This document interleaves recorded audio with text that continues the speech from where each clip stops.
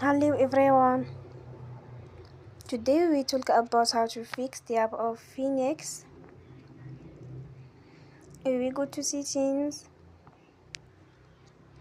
then we click on apps. After that you will search the app Phoenix.